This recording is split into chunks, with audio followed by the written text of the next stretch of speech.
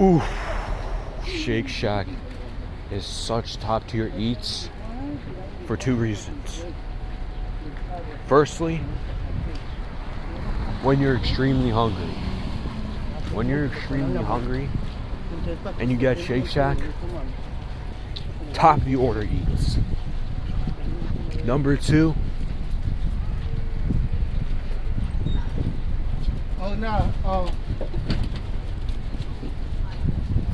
you have the money. Why did it take 5 years for me to say that? Oh no. Well, either way, pretty stuffed. I got a Shack burger with bacon on it, and of course it comes with cheese. Got some fries, got some honey mustard. I even brought a honey mustard home because I asked for some.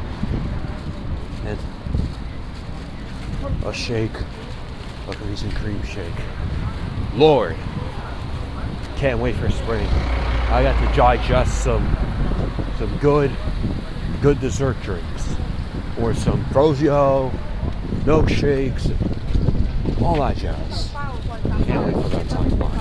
And we got to consume watermelon too. Today's been a pretty good day. I mean, I was in call earlier with some people, some friends, catching up with them on life and stuff. I took a social media break, so it's been quite a while since I really hopped in a chord like that. And then, yeah, I have to be with that space. At least I was with the person that I could at least attest my trust to. I went with him to share our faith and stuff. Well, quote unquote, our. Not necessarily mine. I don't want to share my testimony in the most unnatural, forced way possible. Just to be like, do you want to come to church? And that's all I ask of them. Like, why can't I know these people? But the problem is that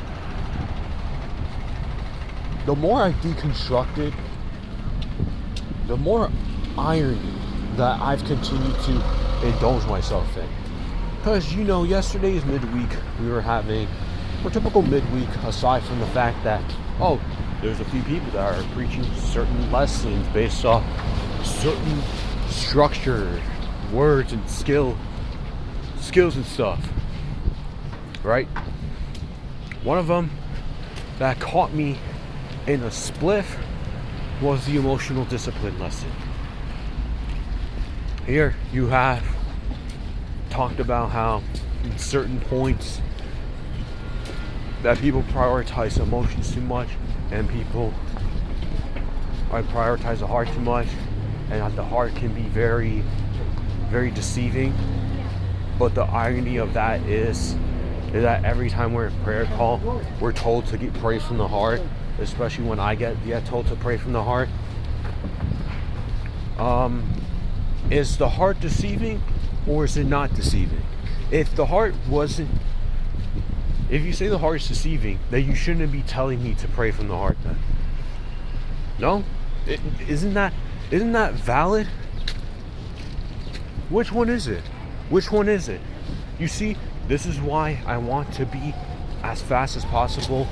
Just get this time running so I can leave this space. Holy cow. And you know what the crazier part is? Oh my goodness, I'm going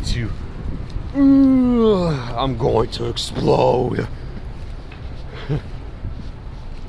Within the next 30 days, if it comes to that case, we're having our own section of the church, which means we're gonna just be within our region in Queens. So Queens region, which I'm a part of, is gonna have their own church. I'm gonna have to be with these people that have a lack of synergy from what I've hypersensitively felt over the course of time, and I have to deal with these people.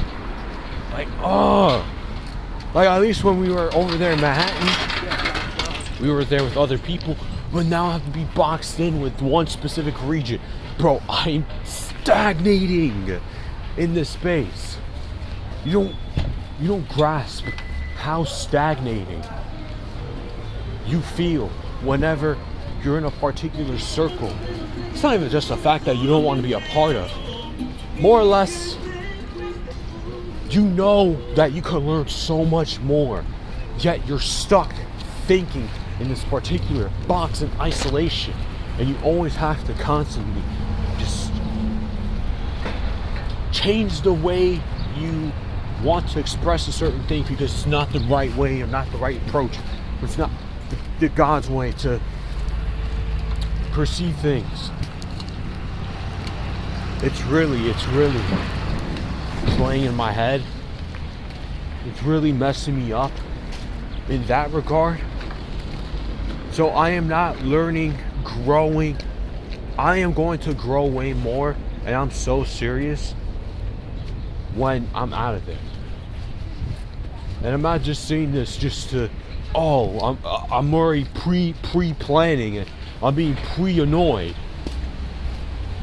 I mean, if you say that, go ahead. I've told you guys ever since the summer's ending that I have been slowly preparing to get out of here at any given point. My time is coming to an end with that space. It is. And I'm not going to make anybody's life harder enough. So I can't just make a scene, cause drama. I don't want attention. I don't want problems. I just want what's best for me.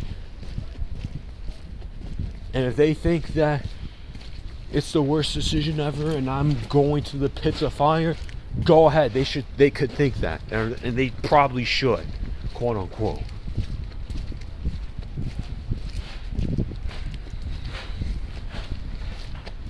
You see, some of the main energy zaps and curses that was revolved around me the past 2 weeks before I ultimately took a break and we're up to this point was these people, bro. The way that I am just sitting here just super dumbfounded and everything. It's not even just the fact that it's new to me, but what type of conversations are we seriously having? Because we're talking about there's a right and wrong within the Christianity space, or there's a fake and real Christian, and I'm like, bro, if we're supposed to love each other, we're supposed to love one another, love thy neighbor, you are not loving thy neighbor with the real and fake Christian pessimistic act, this gimmick. How will we be able to learn from each other? How will we be able to grow together if you're constantly doing this gimmick? You see, it's not even the first time we're saying that. First time we bringing it up. The problem is, though,